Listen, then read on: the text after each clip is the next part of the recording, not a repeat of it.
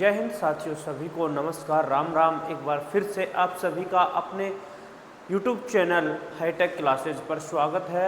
दोस्तों, आज की जो क्लास है हमारी चतुर्थ श्रेणी के मॉडल टेस्ट पेपर नंबर 9 है और इसमें हम देखेंगे मैथ व कंप्यूटर के महत्वपूर्ण प्रश्नों को। तो आप सभी इन क्वेश्चनों को ध्यान से अपनी नोटबुक में कॉपी कर लें और एग्ज़ाम के टाइम पर इन्हें एक बार जरूर रिवाइज करके जाएं। तो पहला क्वेश्चन आपकी स्क्रीन पर है। सभी विद्यार्थी इस क्वेश्चन का आंसर देखेंगे किस तरीके से हमारे को एग्जाम में इन प्रश्नों के आंसर देने हैं।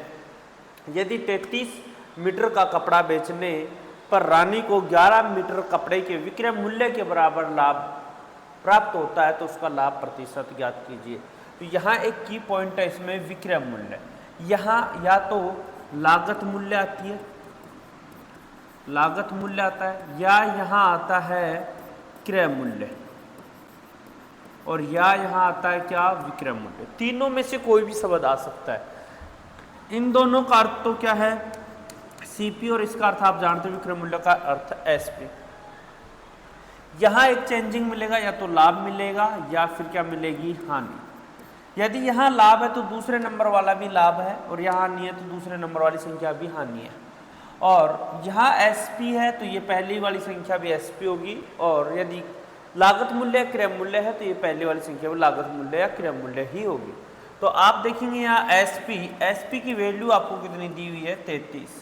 और यहाँ प्रॉफिट की बात करें तो प्रॉफिट कितना दे रखा है, 11। तो अब आप देखेंगे प्रॉफिट 11 और एसपी कितना है, 33। तो सीपी कितना हो जाएगा, 33 में से यदि हम 11 घटाएंगे तो आपके पास कितना बचेगा, 22। तो ये सीपी हो गया। प्रॉफिट परसेंट कैसे निकालेंगे, प्रॉफिट बटा सीपी। प्रॉफिट कितना आपके पास 11 और सीपी कितना है 22। गुणा में हम क्या कर देंगे इसमें 100। 11 दूना 22, 2 का भाग 100 में देंगे तो कितना आ जाएगा आपके पास 50%। इस प्रश्न का जो आंसर होगा वो होगा 50%, अर्थात ऑप्शन नंबर सी हमारे इस प्रश्न का आंसर हो गया। ठीक है, नेक्स्ट क्वेश्चन आपकी स्क्रीन पर है। सभी विद्यार्थी इस क्वेश्चन का आंसर देंगे। एक बार देखेंगे कि आंसर किस तरीके से देंगे हम।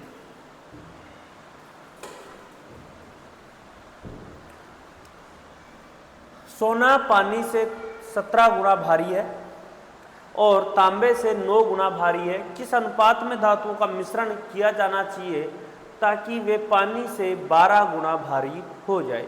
अगर आपको इस तरीके का कोई प्रश्न हो तो इसको मिश्रण वाला प्रश्न है, इस पर एलिगेशन मेथड कैसे लगाएंगे। यहाँ आपके पास पानी से भारी है 17 और तांबे से भारी है 9, और इन दोनों के मिश्रण करने के बाद आपको कह रहा है कि पानी से कितना भारी हो जाए, 12 भारी। तो यहाँ हम देखेंगे कि इनकी मिश्र धातु ज्ञात करें तो किस अनुपात में मिलाई जानी चाहिए इन अनुपातों को।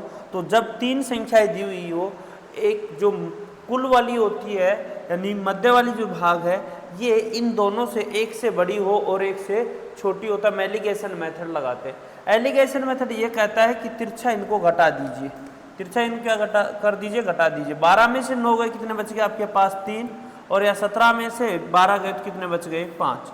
तो आपके पास जो इसका आंसर होगा वो कितना होगा, 3:5, अर्थात ऑप्शन नंबर सी हमारे इस क्वेश्चन का आंसर होगा। क्लियर है सभी विद्यार्थियों को। तो चलिए नेक्स्ट क्वेश्चन पर, और नेक्स्ट क्वेश्चन आपकी स्क्रीन पर है। क्वेश्चन नंबर 3, राम को एक परीक्षा में 40% अंक प्राप्त हुए और वह 20 अंकों से अनुत्तीर्ण हो गया। आदित्य को 45% अंक प्राप्त हुए और प्राप्तांक उत्तीर्ण अंकों के लिए आवश्यक अंकों से 30 अंक अधिक हैं। उत्तीर्ण होने के लिए कितने प्रतिशत अंकों की आवश्यकता पड़ेगी। उत्तीर्ण होने के लिए आवश्यक अंकों की संख्या हमारे से पूछी है, तो आप देखेंगे क्या करेंगे। राम है 40% अंक लिया और ये फेल हो रहा है, 20 अंकों से फेल हो रहा है।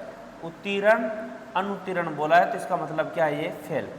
45% अंक आदित्य ने प्राप्त किए हैं और वह प्राप्तांक उत्तीर्ण अंकों से 30 अंक अधिक ले, यानी ये क्या होगा, 30 अंकों से पास हो गया।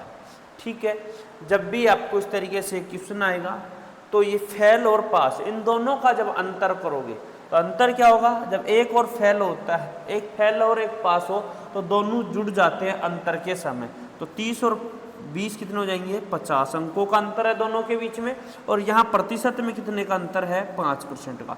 तो 5% की जो वैल्यू है वो 50 है, 50/5। यदि आपको पूर्णांक चाहिए, अधिकतम अंक चाहिए, तो पूर्णांक कितने % होता है, तो आपको पता है 100%। 5 का भाग देंगे तो कितना आ जाएगा आपके पास, 1000। 1000 हमारे पास क्या आ गया, पूर्णांक।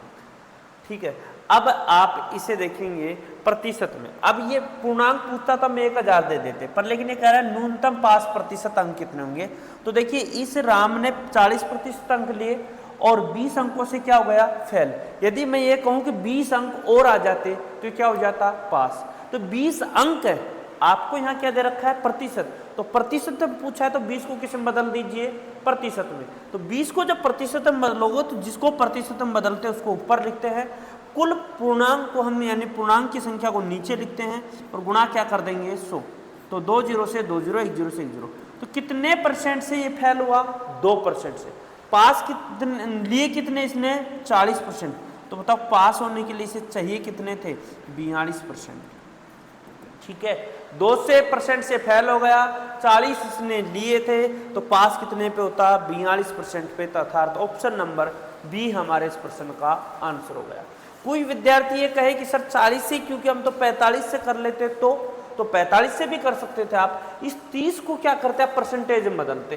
तो देखो 30/1000 गुणा में 100। तो कितने ज्यादा अंकों से पास हो गया ये, 3% ज्यादा से क्या हो गया, पास। कितने % ज्यादा से पास हुआ, 30%। अगर जो ये 3% इसके नहीं आते, 30 अंक से पास हुआ, परसेंटेज कितना है, 3। यदि ये 3% नहीं आते तो केवल ये पास होता, ज्यादा परसेंटेज नहीं बनती। तो यहाँ टोटल कितना मिला इसको, 45%। इसमें से 3% नहीं आते तो पास कितने पे होता, केवल 42 पे भी ये क्या हो जाता, पास हो जाता। तो किसी भी अंक से कीजिए आंसर सेम रहेगा।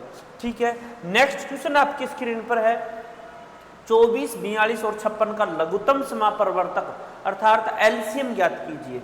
तो लघुत्तम समापरिवर्तक अर्थात एलसीएम की बात कर रहा है, तो ध्यान रखिए, या तो आप इस तरीके से मेथड से प्रयोग करेंगे, 42, 56 ऐसे निकाल के, या फिर जो मैं आपको बताने जा रहा हूं तरीका, उस तरीके का ध्यान रखिए, बिना पेन कॉपी के आप उसे कर सकते हो।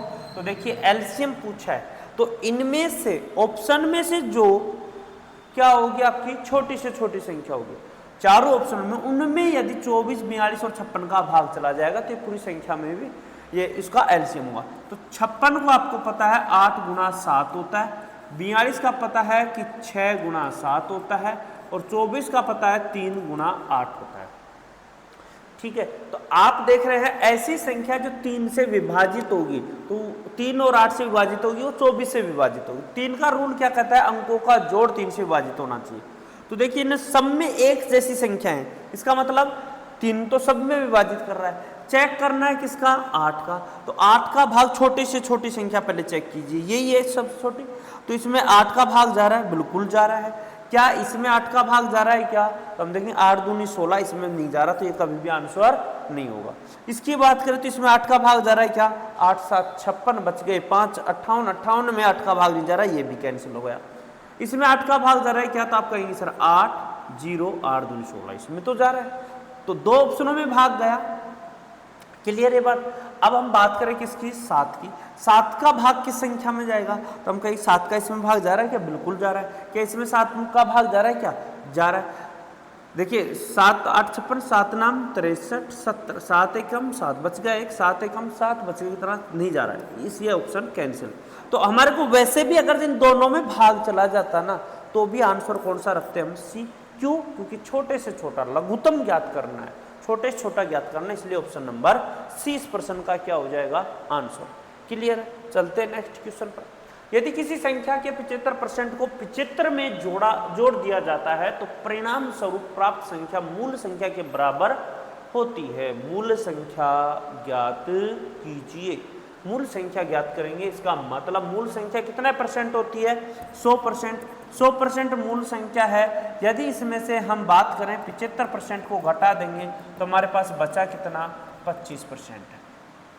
ये कह रहा है यदि 75% इसमें क्या कर दिया जाता है 75% हम 75 जोड़ देंगे तो ये पूरी वापस से 100% हो जाएगी। इसका मतलब जोड़ा कितना परसेंट आपने 25% और जोड़ा वास्तव में कितना 75 की वैल्यू कितनी है 25 गुणा कर देंगे हम 100 से तो मूल संख्या आ जाएगी 25 75 3 को 100 से गुणा करेंगे तो 300।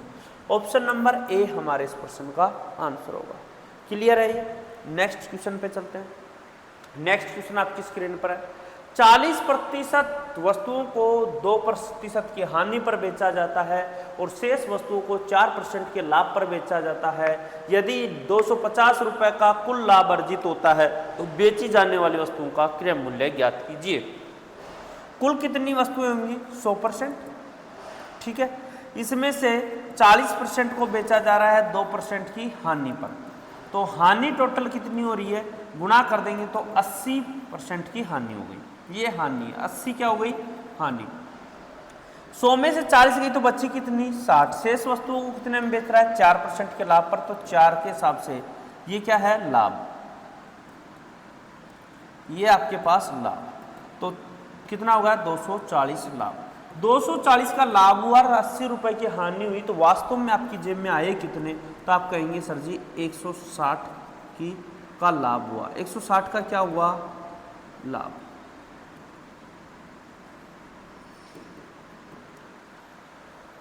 तो आप देखेंगे 100% की इक्वल है तो 1% की इक्वल कितना रहेगा 100 का हम भाग देंगे तो 1.6। 1.6 का लाभ हुआ। वास्तव में लाभ कितना हुआ कुल पर 250 सॉरी कितना है 250 में हम 1 मिनट 250 में हम 1.6 का भाग देंगे और गुणा 100 से कर देंगे तो पूरा मान आ जाएगा। इसका पॉइंट हटाएंगे ऊपर 0, 4 का भाग देंगे 4 चौक 16 25, 4 का भाग देंगे 4 छिका 24, 1 4 दूनी 8 4 पंजू 20। 625 को जब हम 25 से गुणा कर देंगे तो आ जाएंगे हमारे पास कितना 15,625। 15,625 अर्थात ऑप्शन नंबर डी हमारे इस प्रश्न का आंसर हो गया। सभी को ये बात समझ में आ गई होगी। तो नेक्स्ट क्वेश्चन पे चलते हैं। 22% छूट देने के बाद भी 17% लाभ प्राप्त करने के लिए किसी वस्तु का अंकित मूल्य उसके क्रय मूल्य से कितना प्रतिशत या प्रतिशत आएगा कितना प्रतिशत अधिक होना चाहिए। तो देखिए आपके पास एक बात याद हो तो यदि आपने पढ़ा हो ध्यान से मैथ को तो इसमें बट्टे में आपको MRP बट्टा CP इन दोनों का जो रेशियो इस तरीके से दिया हो जाता है कि 100 में यदि हम प्रॉफिट परसेंट को ऐड कर देंगे और 100 में से यदि हम डिस्काउंट परसेंट को घटा देंगे तो हमारे पास जो बचेगा वो MRP और CP का रेशियो बचेगा। MRP हमारे को दिया नहीं और CP हमेशा कितना होगा 100%। प्रॉफिट है 100 और 17 117 बटे में हम बात करें या इसको भी आप ऐसे कैसे लिख दीजिए कोई फर्क नहीं पड़ेगा। यहाँ CP का CP लिख यहाँ कितना है 100 माइनस डिस्काउंट, डिस्काउंट कितना है 22। 100 में से 22 आप घटाओगे तो मेरे हिसाब से आपके पास बचने चाहिए 78। कितने बचेंगे 1 मिनट यहाँ लिख देते हैं 117 बटे 78। अब इनको रेशियो काट दीजिए कितने से कटेगा ये। तो हम बात करें इनको 3 से कट जाएगा 3 तिया 9 3 नाम 27 और यहाँ बात करेंगे हम 3 दूनी 6 3 6 18 13 दूना 26 13 3 40। MRP 3 है CP कितना है 2। कितने की वृद्धि हो रही है 1 की तो वृद्धि परसेंट 1 बटा MRP CP का ही भाग देंगे गुणा में कितना आ जाएगा 100 तो कितना आ जाएगा 50%। अर्थात ये बताइए अब आप कि CP का भाग क्यों दिया, क्योंकि आपसे पूछ रहा है ये अंकित मूल्य क्रय मूल्य से ध्यान रखना प्रतिशत का एक रूल है कितने प्रतिशत से पहले का या से किसके साथ लगा वो हमेशा हर के रूप में आता है और जिसको प्रतिशत में बदलना है वो ऊपर होता है गुणा में क्या लगा देते हैं 100, इसलिए यहाँ 2 नीचे है। ठीक है नेक्स्ट क्वेश्चन आपकी स्क्रीन पर है। 2 व्यक्तियों की आय का अनुपात 7:5 है और उनके संगत व्ययों का अनुपात 9:7 है। यदि वे क्रमशः 1700 और 1100 रुपए की बचत करते हैं तो प्रत्येक व्यक्ति की संगत आय ज्ञात कीजिए। तो देखिए यहाँ है 7:5 ये क्या है आय, व्यय क्या है उनका 9:7। बचत कितनी है जी, बचत कह रहा है 1700 और 1100। अब इनको इस तरीके से लिख के क्रॉस मल्टीप्लाई कर देते हैं। 7 को जब 7 से गुना करते हैं तो कितना आता है 49। 9 को जब 5 से गुना करेंगे 9 5 45। यहाँ 1100 को 9 से गुना करेंगे तो 11 9 9900। 17 को हम 7 से गुना करेंगे तो कितना आएगा 119 11900। इन दोनों का अंतर कितना है? इन दोनों का अंतर बात करोगे तो 2000 का। इन दोनों का अंतर कितने का है? 4 का। तो 4 का अंतर में अंतर का भाग दे देंगे और गुणा उससे कर देंगे जो पूछा है। प्रत्येक व्यक्ति संगत आए। पहले व्यक्ति की पूछ रहा है तो 7 से गुणा, कितना आ गया? फर्स्ट की एक की कितनी आ जाएगी? 3500। फर्स्ट की कितनी आ जाएगी भाई? 3500। और दूसरे की पूछ रहा है तो हम किससे गुणा कर देंगे? 5 से, अर्थात 2500। 3500 और 2500 किस विकल्प में है? विकल्प नंबर डी में। तो डी विकल्प हमारे इस प्रश्न का क्या हो गया? आंसर। नेक्स्ट क्वेश्चन आपकी स्क्रीन पर है। ए और बी क्रमशः 1 लाख और 1,50,000 रुपये का निवेश करके एक कारोबार शुरू करते हैं। 24,000 रुपये के कुल लाभ में से प्रत्येक को मिलने वाला हिस्सा कितना होगा? तो ए और बी, यहाँ है 1 लाख, यहाँ है 1,50,000, ठीक है। यहाँ 4 से 4 कैंसिल, 5 दूनी 10, 5 3 15, 2:3। कुल राशि कितनी है भाई? 24,000। इसमें कुल में कुल का भाग देंगे। ए की वैल्यू पूछ रहा है इसलिए इससे 2 से गुणा कर देंगे। यहाँ कितना आ जाएगा आपके पास? 5 चौक 20, 5 8 40। 4800 को 2 से गुणा करेंगे तो हमारे पास जो वैल्यू आएगी वो कितनी होगी? 9600। यानी फर्स्ट वाले व्यक्ति को 9600 कौन से ऑप्शन में मिल रहा है? ऑप्शन नंबर डी, ठीक है। ये आपको समझ में आया होगा। नेक्स्ट क्वेश्चन आपकी स्क्रीन पर है। 2 अलग अलग योजनाओं में क्रमशः 6 वर्ष और 10 वर्ष के लिए समान दर पर निवेश की गई समान राशि से प्राप्त साधारण ब्याज का अनुपात ज्ञात कीजिए। तो अब कह रहा है समान दर है, समान राशि है, तो ध्यान रखना ब्याजों का जो अनुपात होगा, ब्याजों का अनुपात समय के अनुपात के बराबर होगा, बराबर होगा। ये याद रखना आप लोग। तो यहाँ ध्यान रखना जब भी मूलधन और धन बराबर हो तो ये ध्यान रखिए अनुपात हमेशा समय के अनुपात के बराबर होगा। समय का अनुपात है 6:10, 2 का भाग दिया 3, 2 का भाग दिया 5, 3:5, अर्थात विकल्प नंबर बी हमारे इस प्रश्न का क्या हो गया? आंसर। क्या ये बात समझ में आई सभी को? है समझ में तो आ गई होगी। नेक्स्ट क्वेश्चन है 5,000 रुपये का 7% की वार्षिक दर से और 700 रुपये का 10% की वार्षिक दर से और 1,000 रुपये का 4% की वार्षिक दर से 3 वर्ष का कुल साधारण ब्याज ज्ञात कीजिए। कुल साधारण ब्याज पूछा है तो हम कैसे ज्ञात करेंगे? पहले हम इन मूलधन को धर से गुणा कर देंगे। तो पहले का मूलधन और धर का गुणनफल कितना आया? 3500। दूसरे का कितना आया? 700 गुणा 10 अर्थात 7000। तीसरा कितना है? 1000 गुणा में 4 अर्थात ये आ गया 4000। सबको जोड़ देंगे तो 14,500 क्या आ गया हमारे पास? कुल मूलधन।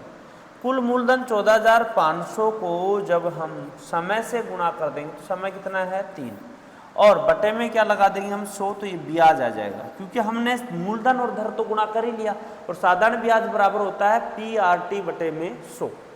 तो ठीक है 145 को 3 से गुणा करेंगे तो हमारे पास कितना आ जाएगा? 435 रुपये। ऑप्शन नंबर ए हमारे इस प्रश्न का आंसर होगा। ये प्रश्न आपको थोड़ा सा हटकर मिला होगा आपको, ताकि ये आपको नई कुछ सोच आपको दे सके। तो दोस्तों ये क्वेश्चन था। नेक्स्ट क्वेश्चन आपकी स्क्रीन पर है।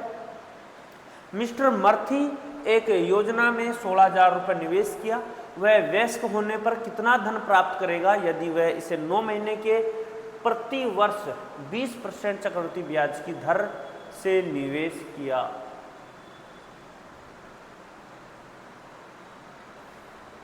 इस क्वेश्चन का आंसर हम लोग करेंगे कि आंसर क्या रहेगा।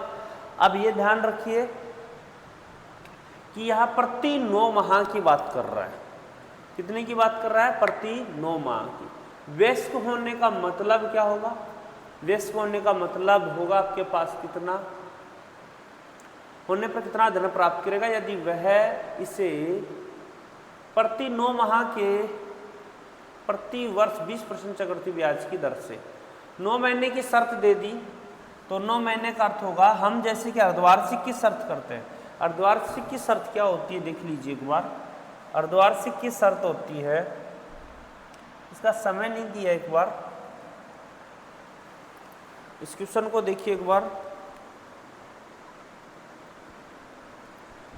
कीजिए एक बार क्वेश्चन को सभी हल। इसका समय देख लेते एक बार, समय क्या दिया है इसने।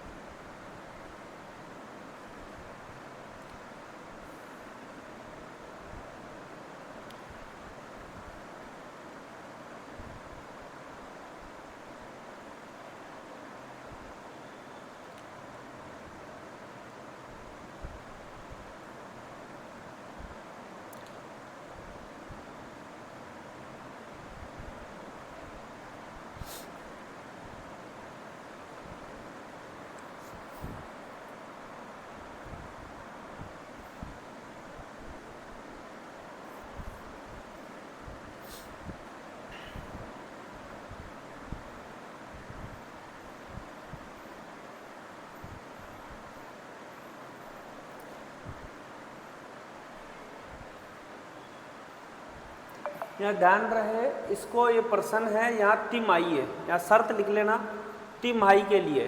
किसके लिए है? तिमाही। तिमाही कंडीशन है, जब कंडीशन तिमाही हो तो धर को कर लेते हैं चौथाई और समय का 4 गुना, तो टाइम क्या हो जाएगा 9 गुना 4, तो 9 चौक 36 माह, इसका मतलब हो गया 3 वर्ष। ठीक है, और धर है वो क्या हो जाएगी चौथाई। 20 में हम कितने का भाग दे देंगे 4 का, तो हमारे पास कितना आ जाएगी 5% की दर से। ठीक है, अब आपको 5% की दर से 3 वर्ष का चक्रवर्ती ब्याज बताना है। 3 वर्ष का चक्रवर्ती ब्याज निकालने के लिए ध्यान रहे, आपको एक तरीका हम यूज ले सकते हैं, नंबर मैं आपको बता देता हूँ 3 3 1। इस 16,000 का 5% लेंगे तो आपके पास कितना आ जाएगा ये 800। 800 का 5% लेंगे तो 8 पंजू 40, 40 का 5% लेंगे तो कितना आ जाएगा 2। गुणा कर दीजिए, 8 या 2400, 120 और 2, यहाँ आ गया 2 2 5 और 2, 2522 रुपये आपके पास ब्याज के रूप में आ गए, और मूलधन था आपके पास 16,000। तो इन सबको जोड़ देंगे तो 18,522 रुपये आपके पास इसका आंसर हो जाएगा, जो कि ऑप्शन नंबर डी में है। क्लियर है सभी विद्यार्थियों को? नेक्स्ट क्वेश्चन आपकी स्क्रीन पर है, इस क्वेश्चन को देखिए एक बार। 3m m plus 3m plus 5m plus 6m plus 9, अच्छा यहाँ कोमा है, यहाँ इसमें भी प्रश्न में टाइपिंग मिस्टेक है, इसको भी एक बार मैं चेक कर लेता हूँ कहाँ कहाँ कोमा है, क्योंकि इनमें कोमा रहेगा। 3m प्लस m ये है कोमा, देखिए यहाँ है कोमा, और m प्लस 5m ये है 5 के पास कोमा, फिर ये 6 के पास कोमा, इस प्रकार से ये कोमा हटा हुआ है। ठीक है ना, इनका माध्य ज्ञात करना है। माध्य का अर्थ होता है क्या? औसत। क्या अर्थ होता है? औसत। औसत ज्ञात करेंगे तो m प्लस 3 राशियों का योग बटे राशियों की संख्या, ये आपको ध्यान रखना है। तो इस तरीके से आप इन्हें हल कर सकते हैं, इन सबको जोड़ देंगे और जितनी संख्या है उसमें उतनी ही संख्या का भाग दे देंगे। संख्या कितनी है? 1 2 3 4 5, 5 का हम इसमें क्या देंगे भाग। m देखिए कितनी बार है, 1 2 3 4 5, 5m प्लस 3 और 5 8, 8 और 6 14, 14 और 9 कितने होंगे 14 और 9 23, 23 और 12 35 बटे में 5, भाग देंगे इसमें तो कितना आ जाएगा 5 से 5 कट जाएगा, m बच जाएगा, 35 में भाग देंगे तो 7, m प्लस 7 हमारा इस प्रश्न का आंसर हो जाएगा, जो कि ऑप्शन नंबर ए में है। क्लियर है सभी विद्यार्थियों को? चलते हैं अब हम नेक्स्ट क्वेश्चन पर, और नेक्स्ट क्वेश्चन आपकी स्क्रीन पर है। सामान्य की 3/4 चाल से चलकर एक व्यक्ति अपने कार्यस्थल पर 15 मिनट देरी से पहुंचता है। सामान्यतः कार्यस्थल तक पहुंचने में उसे कितने मिनट लगते हैं? तो जब भी इस तरीके से प्रश्न आए, चाल का 3/4 भाग और 15 मिनट की देरी, तो आपको करना क्या है, इस ऊपर वाली संख्या को इस मिनट से गुणा कर दीजिए, 15 × 45, और इन दोनों के अंतर का भाग दे दीजिए, तो आपके पास आंसर आ जाएगा 45 मिनट वास्तविक चाल से ये चले तो पहुंच जाएगा। ऑप्शन नंबर ए हमारे सी इस प्रश्न का आंसर हो जाएगा। क्लियर है? नेक्स्ट क्वेश्चन आपकी स्क्रीन पर, पंकज एक कार्य का 1/5 भाग 6 दिन में पूरा कर सकता है और जगत उसी कार्य का 1/4 भाग 8 दिन में पूरा कर सकता है। यदि वे दोनों एक साथ मिलकर कार्य करते हैं तो उस कार्य को कितने दिन में पूरा कर सकते हैं? उत्तर को 1 दशमलव स्थान तक पूर्णांकित कीजिए। तो देखिए, जब भी आपको इस तरीके से प्रश्न आता है भाग वाला, तो इस भाग का उल्टा करो। 1/5 का उल्टा क्या होगा? 5/1 गुणा इस समय से कर दीजिए। तो पंकज अकेला इस पूरे काम को 30 दिन में कर सकता है, 6 पंजू 30। आगे जगत है, तो जगत की बात करें कितना भाग है? 1/4। तो इसका उल्टा करेंगे 4/1, 8 से गुणा कर देंगे, 8 चौक 32। जगत पूरे काम को 32 दिन में पूरा कर सकता है। 30 और 32 का भाग किस संख्या में जाएगा तो वो हमारे को चेक करना है। तो हम यहाँ बात करें 15 गुणा 32 कैसे करेंगे? देखो, इसके टुकड़े करेंगे 2। ये है 30 को 2 गुणा 15 लिख सकते हैं और 32 को क्या लिख सकते हैं? 2 गुणा 16। इसमें 2 कॉमन आ जाएगा और ये 15 और 16 गुणा हो जाएगा। तो 2 गुणा 16 32 हो जाएगा। इस तरीके से हम गुणा कर सकते हैं। तो इसका आंसर गुणा करेंगे तो क्या आएगा? देखो, 15 29 ये 16 आ जाएगा, 16 32 यानी ये 15 आ जाएगा। दोनों मिलकर इसे कितने दिन में कर देंगे? 31 दिन में 31 लड्डुओं को दोनों मिलकर खाएंगे। दिन कितने हैं? 15 गुणा 32। तो आप देखेंगे 15 गुणा 30 हासिल 3, 15 3 45 और 3 48/31 भाग देंगे 31 कम 31, बच गए कितने? 17। 170 में भाग देंगे किसका? 5 का, यानी कि आ जाएंगे आपके पास 5 बार 155। बच गए हमारे पास कितना? फिर से 15 पॉइंट लगाएंगे 0। तो कितनी बार जाएगा यहाँ? 4 पॉइंट कुछ, 15.4 आएगा लगभग। तो इसका प्रश्न का आंसर हो जाएगा क्या? डी ऑप्शन हमारे इस प्रश्न का आंसर हो जाएगा। क्लियर है सभी विद्यार्थियों को? नेक्स्ट क्वेश्चन हमारे पास है कंप्यूटर पर आधारित प्रश्न। कंप्यूटर का जनक या पिता किसे कहा जाता है? तो ध्यान रखिए, कंप्यूटर का जो जनक है या पिता कहा जाता है वो चार्ल्स बेबेज को कहते हैं। किसको कहते हैं? चार्ल्स बेबेज को। एलन ट्यूरिंग को आधुनिक कंप्यूटर का जनक कहते हैं। आधुनिक कंप्यूटर का जनक कौन है? Alan Turing. और इस तरीके से आप इन प्रश्नों को करेंगे। उसके बाद हम चलते हैं नेक्स्ट क्वेश्चन पर। कंप्यूटर की पहली पीढ़ी में निम्नलिखित में से किसका इस्तेमाल किया गया था? पहली पीढ़ी में इस्तेमाल किया गया था वैक्यूम ट्यूब का। ये फर्स्ट पीढ़ी का है। फर्स्ट पीढ़ी के बाद हम बात करें तो ट्रांजिस्टर है वो सेकंड पीढ़ी की बात करता है। ट्रांजिस्टर कौन सी पीढ़ी में था? सेकंड पीढ़ी में। और आईसी चिप की बात करें, इंटीग्रेटेड चिप जो सिलिकॉन की बनी होती है, वो थर्ड पीढ़ी का है। किस पीढ़ी का है? थर्ड पीढ़ी का। और हम बात करें माइक्रो प्रोसेसर, तो ये हमारे पास है फोर्थ पीढ़ी में आया था। कौन सी पीढ़ी में आया था? फोर्थ पीढ़ी। कुल कितनी पीढ़ियां हैं? 5। कुल कितनी पीढ़ियां हैं? 5। ये ध्यान रखें। नेक्स्ट पे चलते हैं, क्वेश्चन नंबर 8। निम्नलिखित में से आउटपुट डिवाइस कौन सी है? आउटपुट डिवाइस वो जो कंप्यूटर को से कोई डाटा लेकर यूजर को देती है, वो आउटपुट डिवाइस होती है। आउटपुट डिवाइस 2 प्रकार से हो सकती है। एक है हार्ड कॉपी में और एक होती है सॉफ्ट कॉपी में। यानी अर्थात एक तो हार्ड कॉपी में दे रहे, एक सॉफ्ट कॉपी। हार्ड कॉपी में कौन कौन आते हैं? जैसे कि प्रिंटर। कौन आएगा? प्रिंटर। इसमें सॉफ्ट कॉपी में जैसे कौन आता है? मॉनिटर। ठीक है। अब देखते हैं कीबोर्ड एक स्टैंडर्ड कीबोर्ड है। ये इनपुट डिवाइस है। क्या है ये? इनपुट डिवाइस है। कौन सा है ये? Input device. इसमें 104 की होती है, पर आजकल के जो कीबोर्ड है उसमें कितनी आती है? 108 की, यानी 104 से 108 की होती है। माउस है, ये भी कौन सा है? इनपुट डिवाइस है। ये भी कौन सा है? इनपुट डिवाइस है।